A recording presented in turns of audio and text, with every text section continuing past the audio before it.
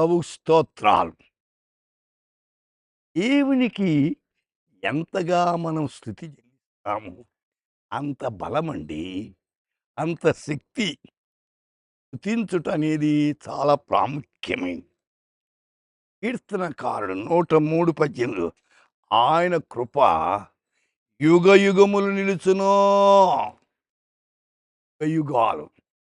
అయితే దేవుని కృప అంతు లేదండి.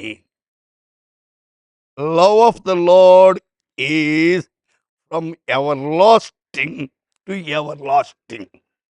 యెహోవా की करुणा उसके डरवయ్యం పర్ యుగ్ యుగ్. అయితే యుగ యుగాలు కూడా ఆయన కృప ఉంది. కృప కిందికి రండి. ఎవరి కృప? యేసుక్రీస్తే కృప. మోషే ద్వారా ధర్మశాస్త్రం వచ్చింది. కృప యేసుక్రీస్తు ద్వారా కలిగింది. కీర్తన 84:11 యెహోవా కృపయు ఘనతయు అనుగ్రహించును. కృప ఘనత ఆయనిచ్చేవాడు.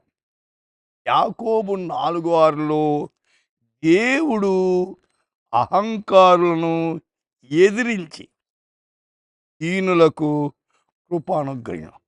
అహంకారం సైతాన్ది, కృప దేవుంది.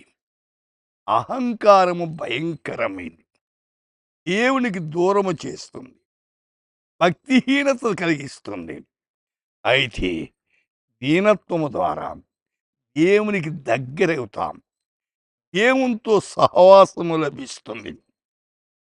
అపొస్తలుల కార్యములు 11:23 బర్నబా వచ్చి దేవుని కృపను చూచి సంతోషించి ప్రభుని స్థిర హృదయంతో హత్తుకొనవలని అందరిని హెచ్చరించి.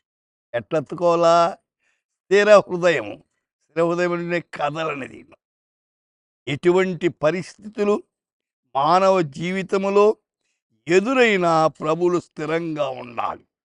సోదరి, సోదరుడా, చూస్తున్న వారలారా ఆలోచించండి.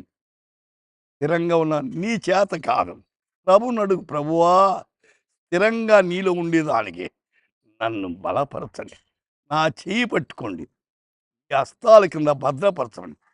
ఈ దినమంతటిలో ఈ ప్రత్యేకమైన కాపుదల దయచి అడగండి, ప్రార్థన చేద్దాం. ప్రభువా, మా శ్రోతలను వింటున్న వారిని మీలో స్థిరంగా ఉండేదానికి అపవాది అనేక రీతులుగా కదిలించాలని చూస్తున్నాడు. వాని శక్తి కంటే మీ శక్తి గొప్పది.